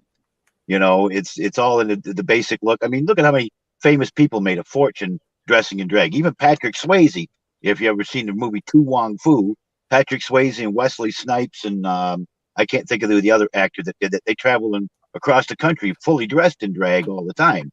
Well, I'm not going to do that. It's just for the camera, just for my little space in my, you know, it's going to be on the Man Cave Live. It's going to be Man Cave Live presents Joni's Drag Night. You know, Joni's Drag Show. That's good. I love the sound of that. I love the sound of that. It's awesome. John, I look forward to seeing that so much. Sharman, what do you think of all these different wrap-up shows? Are you going to be part of them? I have tried to get into them as much as I can, at least watch them from YouTube so I can keep up with all the whatevers, right? Otherwise, I would have never learned that amazing book that Eric put out for you on how to date you is actually just full of conspiracy theories. We were all surprised to discover that there was words inside the book, and it's couldn't not believe like it. On every page. It's not like he actually thought something through. He just copied conspiracy theories and pasted it into a document. And had I not watched the wrap-up show, I'd have never known. It's a good show. It is. It's really interesting to see all the different personalities that you brought together. I mean, T-Bob scored with that one, right? You've done an excellent job with that. And the idea that you're breaching religion, you're going to get T-Bob to read the Quran, and we're going to have a dynamic conversation about religion. If we can get accurate information out, that'd be great, right? If we can dispel some commonly believed myths, like Mary Magdalene was not a whore. She was Jesus's wife. And you might be okay calling Jesus's wife a whore, but I don't recommend it. Personally, was the apostles got jealous because he loved his wife more than his friends. And many of us have found us in that situation. Yes, we have. Guys who are extremely powerful, whether it's Jesus, whether it's Chris Cornell, whoever, whether it's John Lennon, whether it's Kurt Cobain. All of a sudden, the guys around them who are dependent on them and look up to them, and he is their entire world, get very jealous of the women that they love, especially because they admire these women. And then they decide, well, we're going to slut shame and we're going to degrade the women. And that's why Yoko Ono, Courtney Love, and Mary Magdalene get dragged. They sure do. And it's just not even... It's part of the problem with being a woman, right? It's one of the way that the sexual predators for centuries have managed to slut shame women and insult us. It's the way they've managed to groom societies into doing some of their dirty work for them, right? Jesus was a troublemaker. He had a mouth on him. He got into a lot of trouble calling people out for their inappropriate behavior. The Jews have been blamed for killing Jesus, but it wasn't the Jews who did it. It was the Romans. They were the politicians. They were the police. They were the powerful of the time, and they tortured him, and they crucified him in such a horrible way, and they did it very visually. He didn't have to. He could have said at any point, you know what, you guys are right. I'm not king of the Jews. I'm going to stop all this. I'm done. He didn't have to get crucified. It wasn't done against his will. That to me is the interesting part. Judas wasn't the betrayer of Jesus. Jesus did what he was told to do. He played his part. So why do you think he did that, though? Why didn't you think he just said, would just admit that and not be crucified? Everybody comes here with a mission. Everybody comes here with a bigger purpose. And there's a lot of things that we don't necessarily always understand until many years long after. I personally have a very strong feeling about the way they have left Jesus up on the cross all these years, tortured and abused. He had a mouth on him. And I believe they did it as a warning and a message to anybody else who tries to run their mouth the way he did of what they will do to him. I have wanted for a long time to take Jesus off the cross and put some clothes on him. There's that famous statue, the happy Jesus with the arms out. And, a lot of people prefer that imagery. In our culture, we like the darkness. We like we're white people, European white people. I don't know what y'all background is. That's mostly my background. We're very gothic. Our churches are gothic. We like the darkness. Well, there's been a lot of changes that have happened, right? Like after King James died, right? Nobody ever wants to talk about after King James died. But when Bloody Mary came into reign, the first thing that she did was want to turn England from Protestant into Catholic. And the editor of the Bible, who put the Bible together, when he refused to switch to Catholicism, he was burned alive for his beliefs. His child and his grandson were on the Mayflower. This is a long story that we don't have all the bits and pieces to, and we get whitewashed or manipulated versions of a story that is designed to control us and keep us fighting with each other, rather than coming together under the spirit of Jesus, which was to love each other, to care for each other, to take care of the weak, to protect people. He didn't have a problem flipping over tables and whipping people. When we think about what would Jesus do, I like to remember that within the realm of possibilities is to issue an ass beating when it is needed. Weakness can be evil. We can. Yep. No, weakness. Being weak can be evil. Sorry, I took the headphones off. It can be. Weakness is done for, we're all given fears and things that we want to avoid for a lot of different reasons. It's a test. Our father, whoever you want to believe in, whether it's a mother or a father or whatever your spiritual beliefs is, the universe, we're being tested a lot of times on what our beliefs are and if we're going to stand up for them, even in the face of adversity. It's part of what is it they say? Your trials will be your testimony. I like to say that God will put you through hell just to give you a story to tell. There's a lot of lessons that we're learning, and we're all learning something really special right now. We're in the middle of history with everything that's taking place, and we have an opportunity to talk about different religions, bring them together, find a way to find common ground with each other and make more friends and get along and try to heal this horrible rift that exists everywhere all over the world. Amen. Yeah, I think what a great show for Easter. Today's a great day. It really is. Today marks celebration of the resurrection. So you're celebrating today. Do you agree with what Charmin is saying and what Sugar's saying? Yeah. Yeah, you're in their corner. Oh, you're Mr. Positive now. Yeah. Well, I want to ask something before I go away. Sure. I really need Saki back. That's what flipped me when you said Saki was gone. Saki quit, but you can't just rely on one person thing. You can't rely on one person. So I've been doing this show now since November, and you cannot rely on anyone. So, there's people that are going to be there for you, like Sugar and Charmin and all the nice people. But then there's people that, do not believe in something as much as you do. So if somebody doesn't believe in something as much as you, that's okay. It's okay. You got to just be willing to let some people go. Thing. Okay. Don't worry too much about Saki. Don't worry about, I think of these people as gifts, right? So Sugar is a gift from God. Charmin and all the kind people that are here, I really look at it as in a different way than I used to, right? So when someone left my life before, I was like torn apart thing. I was torn apart. I've had, men leave me, and I was so depressed, and I just felt like I couldn't live and I wouldn't meet anyone else like them. But if I look back at my life, there's always been someone wonderful coming into my life at, different points. Oh yeah. All of that has made you who you are today. Yes. Stronger, better, and wiser. I thought all three of y'all up there kind of looked like Charlie's Angels. I wanted to come in and do the Charlie voice and say, hello, angels. See, you're so appreciative. I like this version of you. I hope you remain like this. That guy is so nice. Here's a new person. He's wearing a mask. I don't even know his name. Hello. Oh, hi.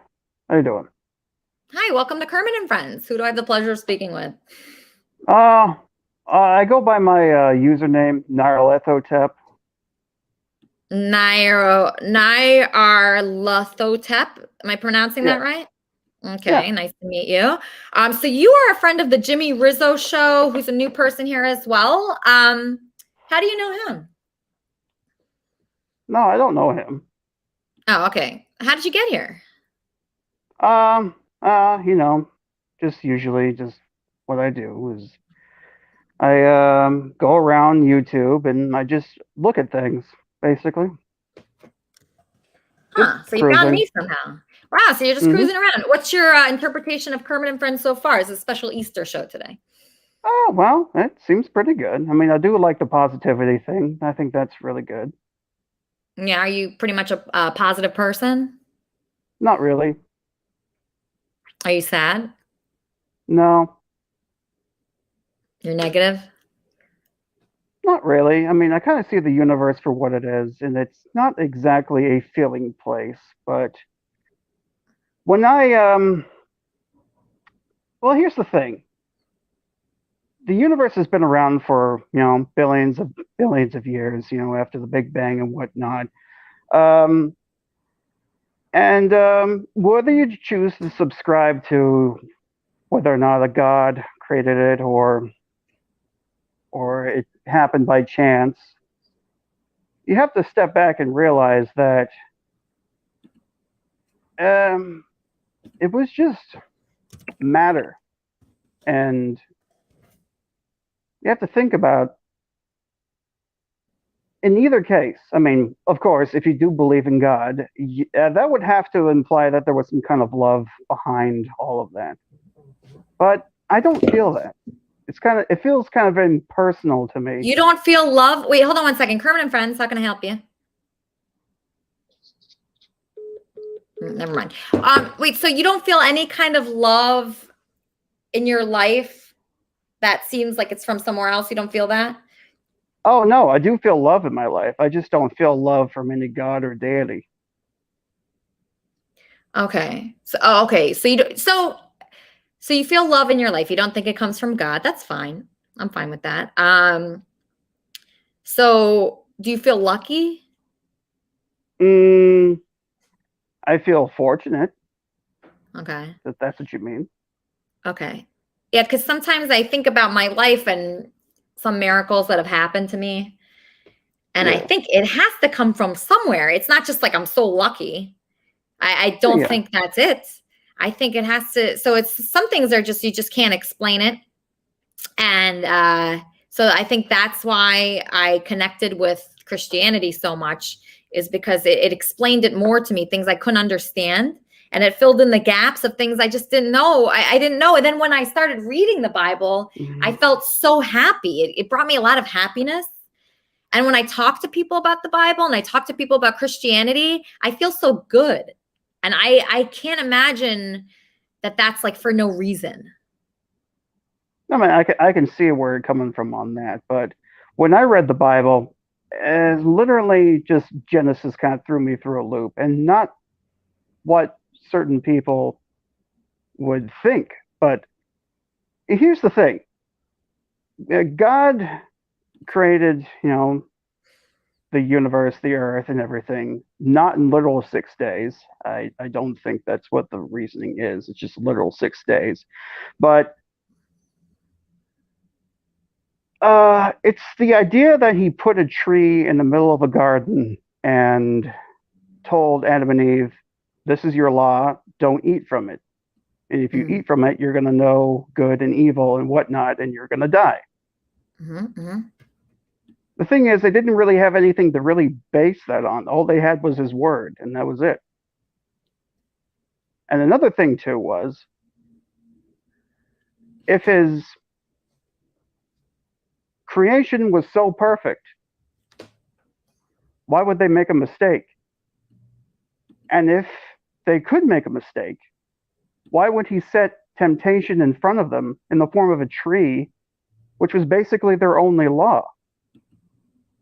So that's what I didn't understand. Well, in your life, so in my life, I saw some things that are similar to that. So whenever I do something that I know I shouldn't do, or whenever I sin or just do something against, the Bible or anything like that, I see that right away I get punished for it right away. Yeah. So maybe we're supposed to learn from that story. Maybe we are supposed to be good, because I swear every time I go against anything like that, I could feel the wrath of it. I can. And maybe we're supposed to keep that in mind in everything we do. Maybe we're supposed to do the right thing. And sometimes it's so hard to know what the right thing is. Yeah, I can see that. But I mean, I'm not certain about any of this. I just don't understand why he put a tree in the garden. That particular tree. Well, let's ask this guy. Vanguard. Vanguard, do you know? Do I know what? Good evening. Good evening. You're a new person, right? Have I met you before? No, you haven't. Good evening, indeed. Good evening. Okay, so are you friends with Jimmy Rizzo? I do know him. Friends, that's a different thing. So I don't know about that, but I know him. Okay, great. Okay, so you know him, and I guess he brought you here, so I appreciate that. And what are your thoughts on the conversation? Are you a religious person?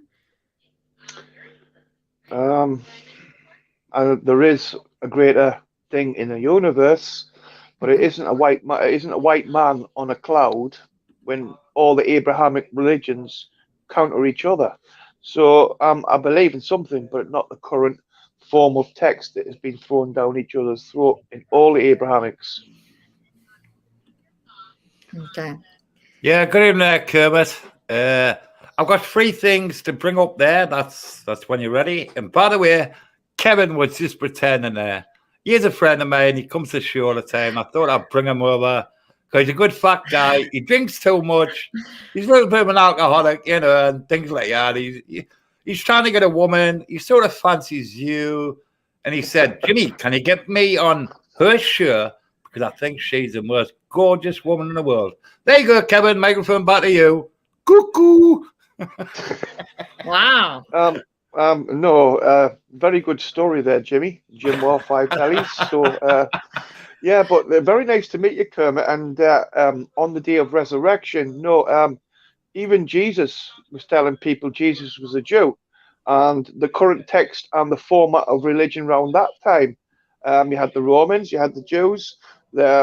Jesus got sent, he was given the message, and that's what became Christianity. But that time, from Friday to Sunday, when he died and got resurrected, it was a game between tennis between people saying it's Pontius Pilate's fault, people are saying it's Barabbas' fault, it's lots of people's fault. But the point being, Jesus was Jewish, saying something different from the current format of text that was acceptable at the time. The Romans didn't know what to do with him as long as it didn't fuck with his empire, their empire. So the rabbis battered him to the Romans. The Romans went, whoa, what do we do here? They battered them back to the rabbis. The rabbi said, oof. So then Pontius Pilate had to give the old death deal. But look, many things were said, many things were done. And I'll just clarify it with one thing. Jesus was talking totally different to the current format it was preached at the time, and that's what they couldn't handle. Okay. So, Jimmy, what are your questions for me, sweetheart? Yeah, well, my questions about Jesus and things like this now. I'm an atheist, right? Let's get this straight. Oh, you're an atheist? Yeah. Oh, okay. That's but fine. I think, you know how you've got the evangelists today in America, right? Mm-hmm. Yeah. Now, Jesus was a very common name back in Jerusalem, back in the day. It was very common for somebody to be called Jesus. Now, Jesus, I believe, right, was the evangelist of his day. He couldn't do any magic, anything like this, or make many fish out of stuff and things like this, you know. Mm-hmm. He was just a guy who told a good story. But here's the thing, what I can't get my head around, right? Why for centuries, if he was just a guy who told a good story, the evangelist of his day, why is he still known to this day? That's what I find, and I find that hard to imagine. Now, my beliefs is, like, we've all got energy, right, inside our body. So when it dissipates, it's got to go somewhere. And my belief would be, and it would be a great thing, I mean, we're all made of stardust. Now, wouldn't it be a great thought to think that we return back from where we came from in the stars? And that's my belief. I think that's a great thought to have, you know. And another thing as well I want to get across that's 2. No, that's just 1. The sock question, right? Yeah. Would we like him back on the show and stuff like this? Yeah, that, and Well, the listen, dog right? too. The dog just threatened to call his Yeah. lawyer on me. Let's put this scenario, right? Now, say like you were going out with somebody now, Kermit. What you are, right? And you Yeah, I'm left going him out with Andy. tomorrow. Yeah. And you left him, say, tomorrow, for instance. Now, maybe in 2 months' time, you could meet the man of your dreams. You might have children with him. You'll never want to leave this guy, and you're going to be with him for the next 20 years. Now, just think, if you hadn't have left Mr. Dick, you'd have never have met this other guy who's the guy of your dreams and you want to be with for the rest of your life. Now, the same process can be added on to Mr. Sock. Mr. Sock left, somebody else will come along, and you'll think, when Mr. Sock left, maybe we would never have met this person who was going to come along and replace him and would never have known him if not Mr. Sock had left. If you get me drift. Yeah, well, I always think you can't make a mistake like that because the people that are supposed to be in your life will be there. I don't think like if I need to get rid of Andy to get a new person. I don't think like that. No, I didn't say that. I said you could leave him on your own accord, right? If I wanted to. I don't really want to though. But maybe months down the line, you could meet someone and you could be with that person for the next 20 years. So therefore, if you hadn't have left Mr. Dick in the first place, you would never have met that person looking back on life. You know what I mean? That is a good point. Wait, this guy, the publicist, is holding a guitar. Are you singing for us, Eric Riggs, publicist? Kermit and friends, better than driving a Benz. Not a viper's dens. Beware of the hens. What a fun place to be as you do the lotus and chi. Please pray for me. Does Jesus love me? That's what me and Eric are working on now. You're working with Eric? That's so good. Oh my gosh, I love that. Okay, so here's something, speaking of working on, I have something that Sugar worked on that I just love. It's part of a call between me and Andy, and I love Sugar's art and her work. So please enjoy this. It's just beautiful. Here it is. But please help me get out of this fucking rabbit hole I put myself in. Please, babe, please. I want my phone back with my daughter's picture on. Please, please. I can't ask you anymore. Can you please help me? Please, please. I promise you I'll pay you back. Promise you. Maybe I'll pay you back 1,000 if you give him 650. Everybody's getting money except me. I'm the only one having to pay money. Please, baby.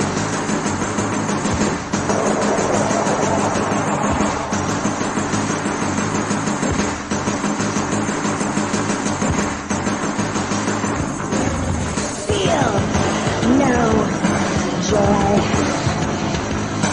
Feel no pain.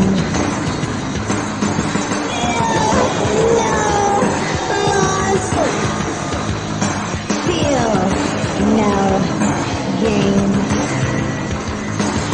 No more dead to come. No to say. Nothing left to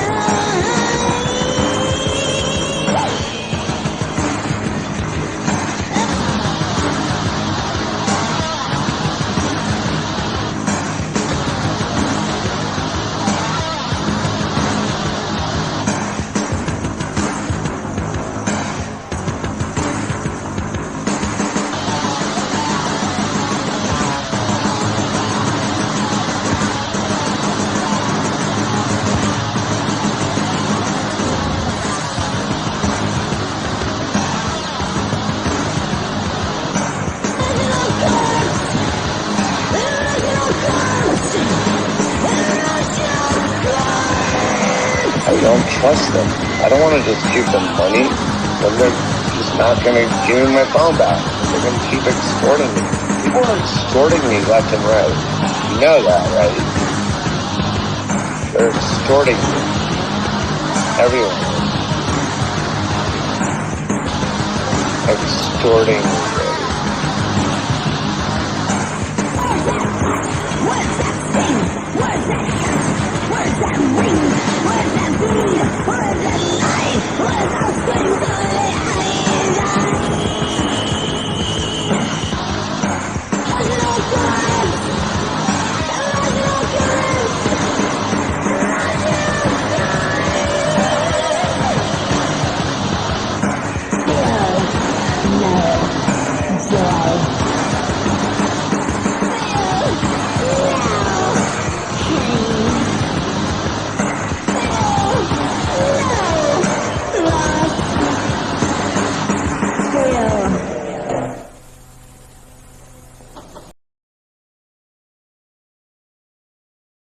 They will kill him. They will kill him. So, I don't know. Do you talk to him? No. Okay. Can you make it where he doesn't get that job? But he already got the job, and I'm not in contact with him anymore about it. I just referred him to the company. Baby, you gotta cancel that. You got to. You really don't want him to get a job?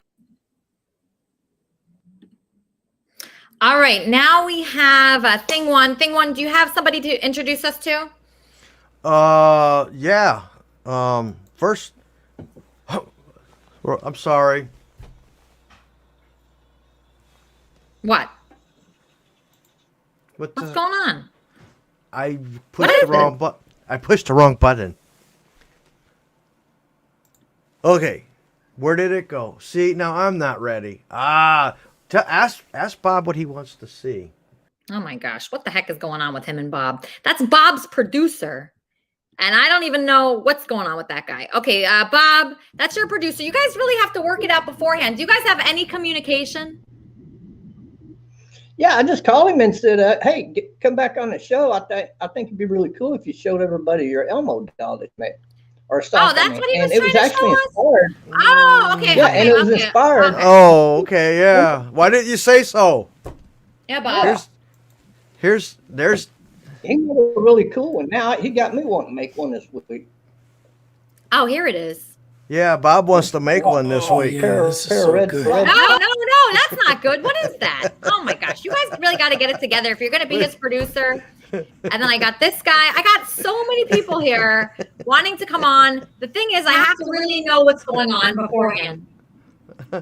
Okay, it's just Elmo in his room. Okay, No people. No people. Okay, all right. Who's this? Okay, this Let's is another see. guy. You want to listen to me? Because All right, I don't know who that is. Okay, there's a lot going on that I'm not familiar with here, but I think the moral of today's show, Bob, is let's have the spirit of Easter. Let's keep going. We don't give up here. Even if somebody quits their wrap-up show, even if somebody doesn't want to be in the spirit of Kermit, even if someone doesn't believe in God and they're an atheist, it doesn't matter. We're kind to each person here. Right, Bob? That's right. I really enjoyed your show today. It was really just kept me going all the way through. And what did you like about it, Bob? Explain to the people why they should like this show. Explain to them. Well, I mean, when I watch your show, you got so many different characters on here from all over the world. You know, you're not afraid to bring anybody on here. It could be like some of your fans, you hear them talk and they'll say something, you know, like Mary Magdalene was Jesus's whore or something. And well, that's his point of view. Okay. That's his and then point of view. The next time right. you got Charmin talking. Right. And the next time you got Charmin talking, and she has a really good outlook. And I liked everything she said. I don't agree with what Barry was saying, but I do agree with everything she said. But you see, that's it. You bring in one person right after the next into any topic, into any subject, and we get calmly and peacefully just talk about it with a lot of these people. And I just think that's really cool. There's not another show on the planet like your show that exists like this. That's certainly not to this degree. All right. So you get it, Bob. All right. That's exactly what we're doing here. We're bringing people in from all over the world with different opinions. They don't have to feel the same way as us. And that's what I was trying to explain to people about the whole Onision thing. Okay, am I like Onision? Do we have anything in common? The only thing we have in common is we're both on YouTube, right? But I don't care because I don't need to have something in common with this guy to give him love and give him respect. Because you can respect people no matter what they're accused of. You can give love to people no matter who thinks what about them. He was very kind to me, okay? And usually the people that talk down about somebody like that, those people are not kind to me. Okay. So if you're kind and if you're repenting, we forgive you here. Okay. We forgive you here. We do that. We work on it. We're not perfect at all. Okay. I'm not claiming to be perfect. I don't think Trumpster Bob, I mean, he's near perfect. He is, but he's not perfect. Okay. Nobody here is. So we don't talk down to people or we don't say, oh, you should have really got that guy in the interview. You should have made him feel like shit. You should have made him feel horrible about himself. You should have told him he was guilty. You know what? I don't know if he's guilty. No one really knows unless you were the person, okay? So let's just give people a chance, okay? Let's give everyone a chance. Lori's about to do her wrap-up show. Lori, did you take any notes today? I have quite a few notes. Okay, great. 4 pages back to back. You do? All right, Lori, thank you. Lori, I just want to say something about Lori, okay? So Lori is an amazing woman, okay? So if you're watching this anywhere on Facebook, YouTube, Periscope is gone, so we lost those people. But if you're watching, okay, and you see Lori here, you got to get to know this girl because she has a lot of grit, okay? And in my last job, they talked a lot about grit. Grit is someone that steps up. They don't give up. They keep going. They work hard. They have respect for themselves. Lori is a very good woman.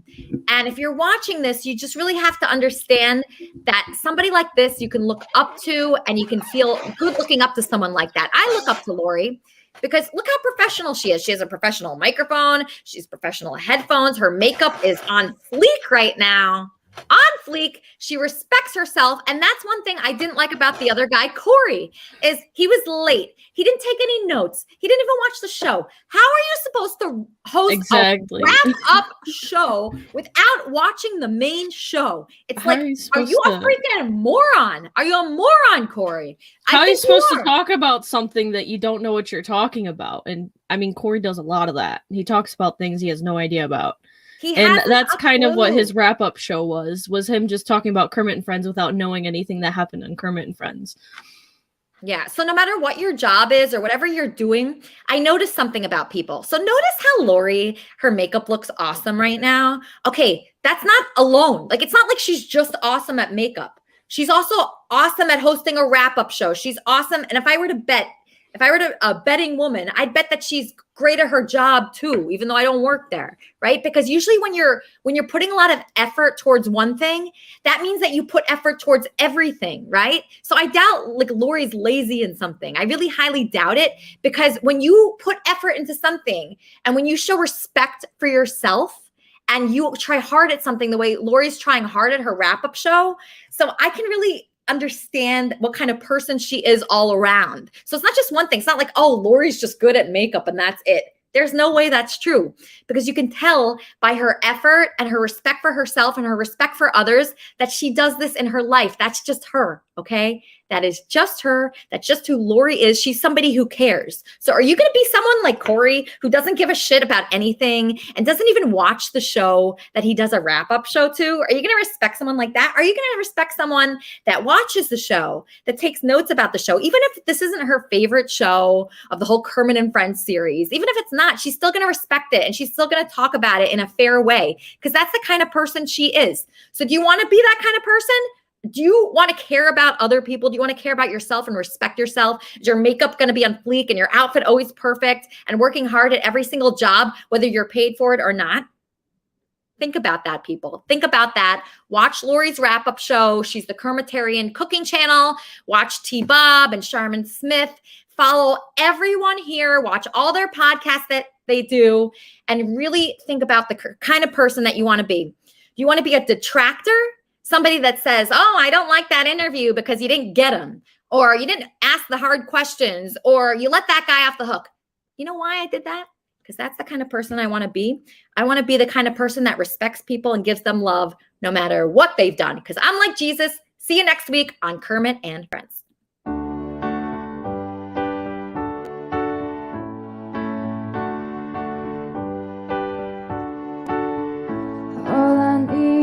your voice. I wake up every Sunday, I hear Kermit's friends talk, and they're speaking right to me.